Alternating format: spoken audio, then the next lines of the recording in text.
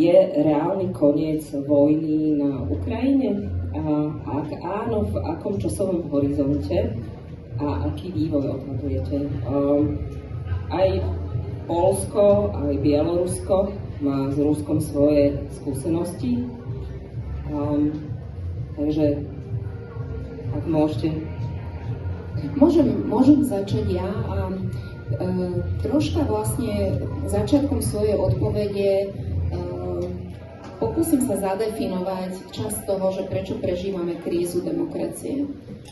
A do rokovaní o mieri na Ukrajine sa zapojil aj Donald Trump a svojím spôsobom sa zapojil performatívne, čiže on ako keby mal napísaný scenár pre Američanov, že ja vyrieším vojnu a idem naplniť predvolebné sľuby.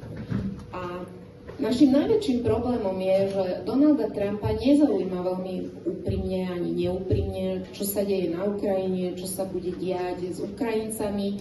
On jednoducho chce make America great again. Druhý problém je, že Putin chce Rusko urobiť great again. Potom ďalší ľudia alebo ďalší autokrati, politici, ktorí smerujú k autokracii, chcú tiež, Orbán chce make Hungary great again a Robert Fico chce urobiť zase Slovensko opäť suverénnou krajinou, lebo doteraz podľa neho Slovensko bolo vazalom či už Bruselu alebo Ameriky. A dostávame sa presne na ten bod, že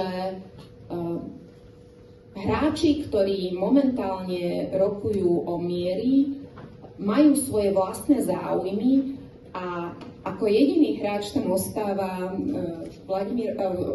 vlastne Zelenský, ktorý svojím spôsobom jediný predstavuje naozajstné záujmy svojho národa.